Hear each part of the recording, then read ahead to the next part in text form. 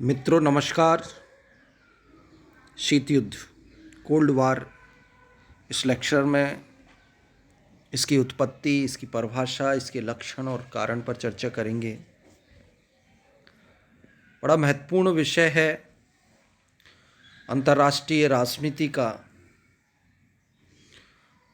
शुरुआत करते हैं। द्वितीय विश्व युद्ध 1945 के बाद दोनों महाशक्तियों यूएसए एवं यूएसएसआर के मध्य अप्रत्यक्ष रूप से लड़े गए राजनीतिक एवं वैचारिक द्वंद्व या संघर्ष को शीत युद्ध कहते हैं।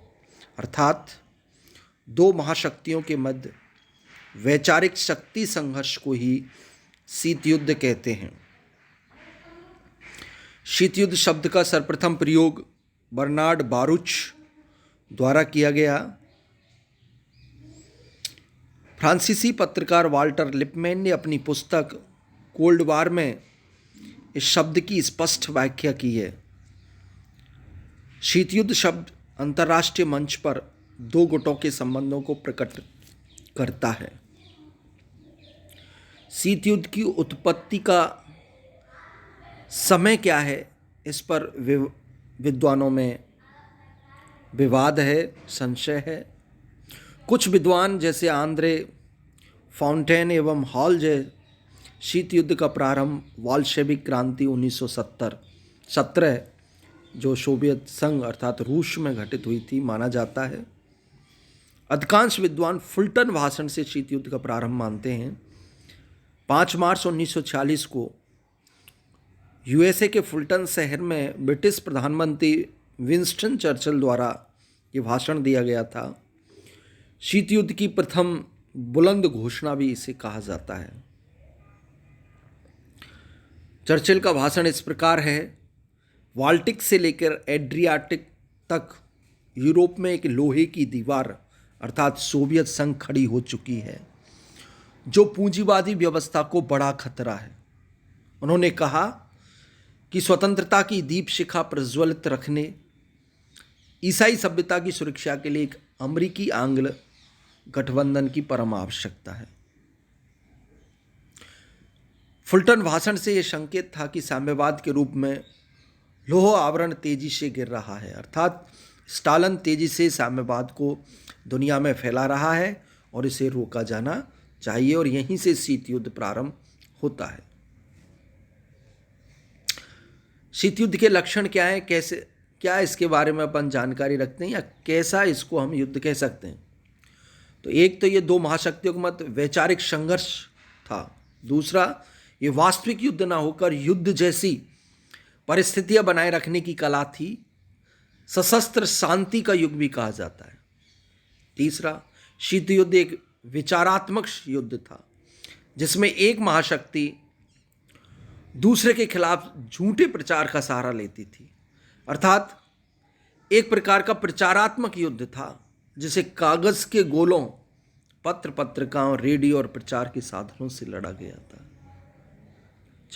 ये एक सही ऐसा युद्ध था जो मस्तिष्क में लड़ा गया, इसलिए इसे स्नायु युद्ध, वार ऑफ नर्व्स कहा जाता है। नेहरू ने शीत युद्ध को एक स्नायु युद्ध के साथ साथ शीत युद्ध के वातावरण को निलंबित मृत्युदंड का वातावरण कहा था। इस प्रकार शीत युद्ध वास्तविक युद्ध न होकर युद्ध का वातावरण बनाए रखना है। ये मैदान में लड़ा ना जाकर मस्तिष्क में लड़ा गया। शीत युद्ध के कारण देखें, ऐतिहासिक कारण है, अर्थात लेनिन के नेतृत्व में जब रूस में वाल्शेविक क्रांति 1917 में हुई, जिसका उद्देश्य विश्व में साम्यवाद की स्थापना कर पूंजीवाद का अंत करना था, तो ऐसी सोवियत सरकार को अमेरिका और यूएसए द्वारा तुरंत मान्यता नहीं दी गई, जिसके कारण दोनों के मध्य एक द्वंद्व पैदा हुआ, एक संघर्ष पैदा हुआ जिसने शीत युद्ध का रूप धारण किया। सोवियत सरकार को 1924 में ब्रिटेन ने और 1933 में यूएसए ने मान्यता प्रदान की। तब तक दोनों के संबंध में एक जटिलता प्रकट हो चुकी थी।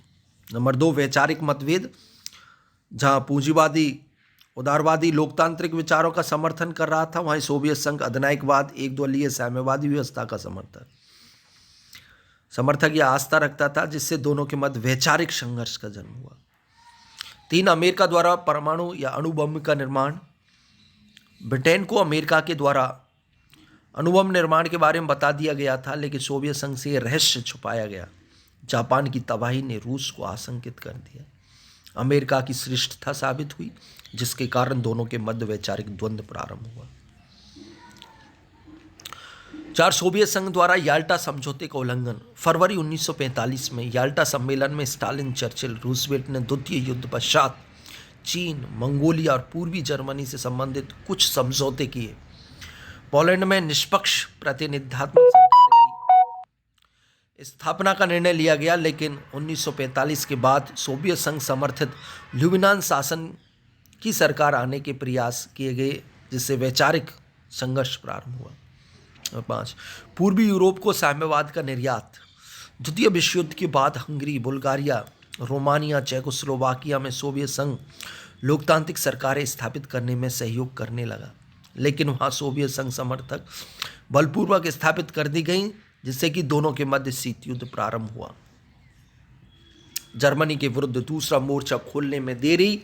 जर्मनी द्वारा प्रभावी आक्रमण किया गया और रूस द्वारा मित्र राष्ट्रों से पश्चिमी यूरोप में जर्मनी के विरुद्ध मोर्चा खोलने का विचार प्रकट किया गया। चर्चिल और रूजवेल्ट ने अपनी इस कदम को जल्दबाजी बताया, क्योंकि अभी पूरी तैयारी नहीं थी। दूसरा मोर्चा खोलने में सहमति प्रकट की, लेकिन मध्य यूरोप से उसे खोला गया, ना कि पश्चिमी यूरोप से। स्टालिन को संदेह हुआ कि रूस को तबाह करना चाहते हैं, जो शीत युद्ध का प्रारंभ में महत्वपूर्ण योगदान दिया।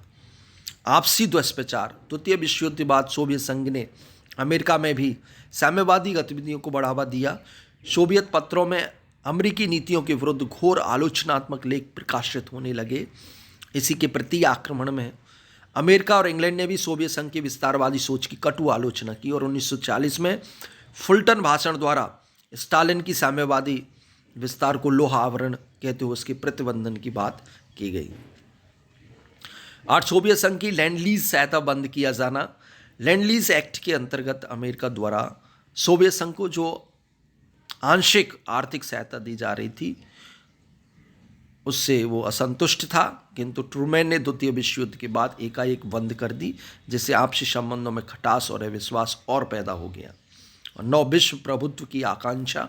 द्वितीय विश्व युद्ध के बाद यूएसए और यूएसएसआर दोनों ही शक्तियां राज्यों के रूप में उसे आते विश्व प्रभुत्व स्थापित करने के लिए दोनों में संघर्ष प्रारंभ हुआ, जिसे शीत युद्ध कहा गया। केपीएस मेनन के शब्दों में शीत युद्ध 2 विचारधाराओं, पूंजीवाद और साम्यवाद, 2 पद्धतियों, संसदीय लोकतंत्र और जनवादी जनतंत्र, 2 गुटों, नाटो और वार्सा पैक्ट, 2 राज्यों, संयुक्त राज्य अमेरिका और सोवियत संघ, 2 व्यक्तियों, जोसेफ स्टालिन और जॉन फॉस्टर डलेस के मध्य द्वंद्व या उग्र संघर्ष का नाम शीत युद्ध है। Thank you.